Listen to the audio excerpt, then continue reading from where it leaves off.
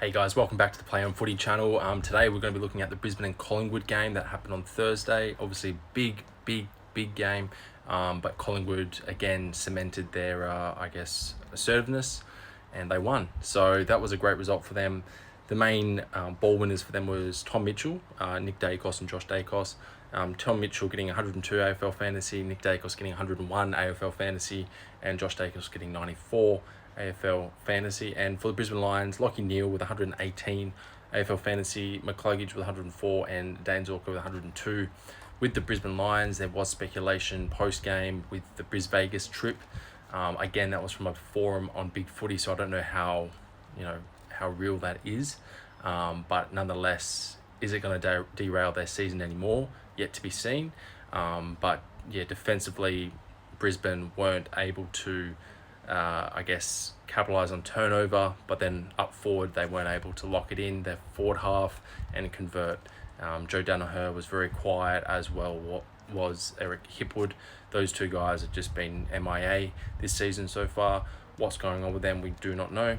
And as for Fagan, how's he going to get this group up to have another crack at the flag, because they're in that window, but it's slowly closing.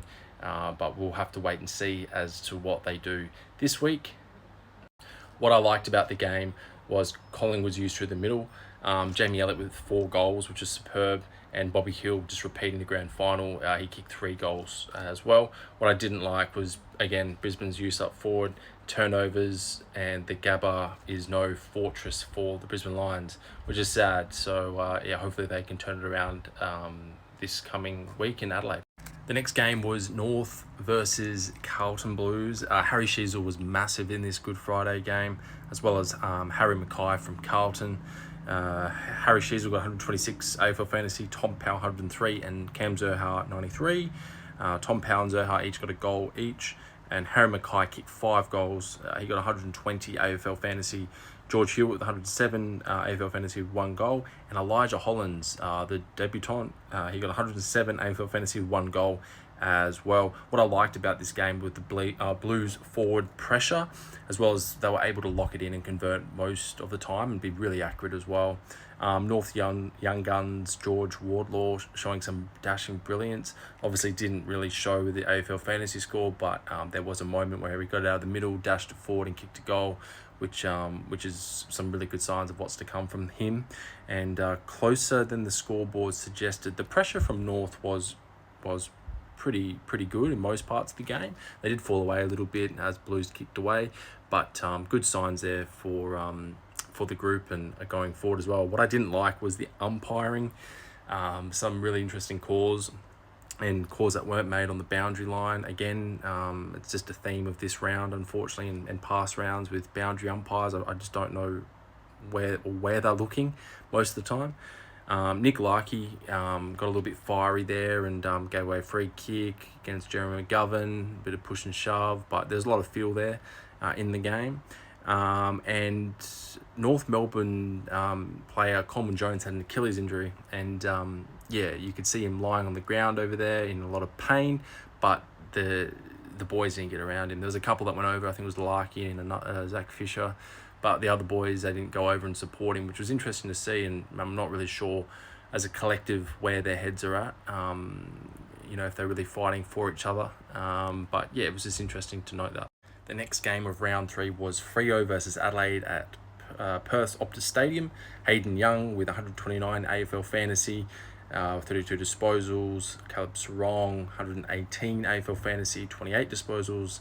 And Luke Ryan, 112 AFL fantasy, 27 disposals. For Adelaide, the usual suspects, Rory Laird, 102 AFL fantasy, 25 disposals, and Jordan Dawson, 100 AFL fantasy, 27 disposals, and Mark Keane, 99 AFL fantasy, 26 disposals. It was an interesting match. It was a match where I guess not a lot of things went right for Adelaide. Skills for both sides weren't very good. There was a lot of seesawing backwards and forwards, from each end of the ground. Either team wasn't able to lock inside their forward half and convert, which was frustrating from a viewer's point of view. But yeah, what I did like about the game was Freo's grit. I think they were fantastic. Walters showing sign of brilliance. Is he coming back to his career best form? He did kick 2 goals for, but it's still good signs nonetheless that he's actually taking aim at the big sticks and trying to convert anyway. Jai Amos is showing great signs up forward for Frio's future for forward line, as well as Matt Taberner, trying to put to bed that back complaint and play some good footy for the Dockers. And what I didn't like were Adelaide's turnovers. There were just so many skill errors and unforced turnovers that they didn't need. It was a messy game. Freo can obviously take the win, but they've got a lot of work to do if they were to go up to that next level early on in the season. And I'm questioning the fitness of Tex Walker. I'm questioning what he's doing this season. His stark contrast to where he was last year, where he nearly won the Coleman from Charlie Curnow. He's 1 goal away, and he just looks lost out there and just doesn't look right. So I'm wondering if he's playing under an injury cloud or what's going on. But Adelaide have a lot of questions that need to be answered, and especially this week in Adelaide, gather round, big round for Adelaide. Hopefully they can get one win on the board. Next game was the Bombers versus Saints. This one was really down to the wire. Unfortunately, Saints missed a lot of, front half conversions. They just weren't able to, convert, unfortunately. I think they really missed Liam Henry. They definitely missed King as well. But the best players for the Bombers, Nick Martin, 145 AFL Fantasy, 44 disposals. Dyson Heppel, 127 AFL Fantasy, 30 disposals. And Ash McGrath, 116 AFL Fantasy, 30 disposals and 1 goal. For the Saints, Riley Bonner, 127 AFL Fantasy, 32 disposals. Jack Steele, 124 AFL Fantasy, 29 disposals. Rowan Marshall, the big ruckman, 117 AFL Fantasy, 20 disposals. What I liked about the game was Jake Stringer, clutch goal, converted when it counts. He's not a big disposable possession player, but every time he touches the ball and he puts it forward on his right or left boot, he can convert. That's what I really liked about the game, and good on him. And Essendon's pressure was good, especially in the second half of the game. They really stepped it up and really forced Saints to make unforced errors, which then led to turnovers and then forward half conversions for the Bombers.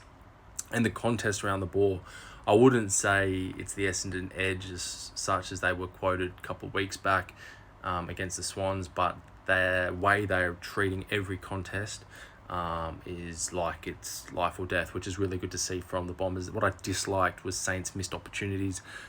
On paper, from the stat sheets, Saints should have won this game. Yes, they've got a couple of key outs that I mentioned at the beginning of this video, but it was just a little bit frustrating. And as a Saints fan, which I'm not, but if I was, I'd be very frustrated. That should have been another couple of points to the kitty. And the next one I didn't like was Saints forward entries. I know King's out, I know Henry's out as well, so that probably was a little bit of a sort of a hard point for them to get their heads around, but that definitely needs to improve going into the Adelaide's gather round. Next game, Power versus the Demons in Adelaide, my favourite game of the round. It was such a seesawing affair, and there was just, on paper, Port really did well, but the way Melbourne banded together and actually got through this game as a collective, especially with May out of the back line, Jakey Lever stood up. It was fantastic. But for AFL Fantasy, Maxi Gawn 146, Neil Bullen 105, and Clayton Oliver 94 AFL Fantasy.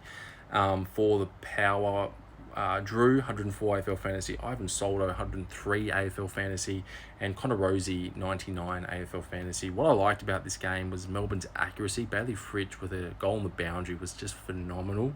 Melbourne's clearances and just body around the contest, they just got the ball out, especially from Rosie and Butters in the middle. They just bullied around the contest, and Port's mids did try their best. I know Travis Boak in his 351 game did his best. He did get a bit of a knock late. He got a knock late from Ivan Soldo. What I disliked about it was Radagalia, the new recruit from Geelong. just a strange error. He should have knocked the ball away from the goals, but instead he marked on his chest just behind the goal line. So really bizarre act there. Poor missed opportunities going forward and converting, unfortunately. And coach for the Melbourne, Simon Goodwin, escapes a loss and alleviates a little bit of pressure that's surrounding the club, clouding the club, especially with Clayton Oliver, and obviously with that drug scandal that came out 5 days ago from the AFL with players faking injury. And no doubt Clayton Oliver is that person, or one of the people within the AFL that faked their injury, or for his case it was a hamstring injury because of his drug problems. But I guess every little win at the moment for Melbourne Football Club is what they're after. And Max Gawn came out in an interview post game saying they just want to do their fans proud. I guess to basically give it up to the fans of what they've actually done as a team. And Max Gawn's worn the pressure unbelievably well, and led from the front, which is really good to see. Hopefully they can do it in Adelaide for Gather Round this round coming. Next game was the Bulldogs versus the Eagles. This was at Marvel Stadium. Chris Hemsworth was there to support his Bullies in this game. The stand-up players for Bulldogs were Adam Treloar with 114 AFL Fantasy, Bailey Williams 108 AFL Fantasy, Luke Vandermeer with 104 AFL Fantasy, and Elliot Yeo from the Eagles really coming out stronger in 2024 post obviously his really bad groin injury. 108 AFL Fantasy, Jeremy McGovern 105 AFL Fantasy, Liam Duggan 104 AFL Fantasy, the co-captain there. What I liked about the game, which as an Eagles supporter myself, I know I'm wearing a GWS jumper at the moment, but it's such a hard one, because I think things are about to get worse for the Eagles rather than get better. I was optimistic at the start of the season to see a little bit of change, but admittedly, we've got the Swans coming this week, so I hope it's not going to be a blowout like last year. What I liked about the game was Brockman's Mark of the Year contender. I mean, that was an absolutely awesome spec. You go check it out on my channel. I actually posted up there.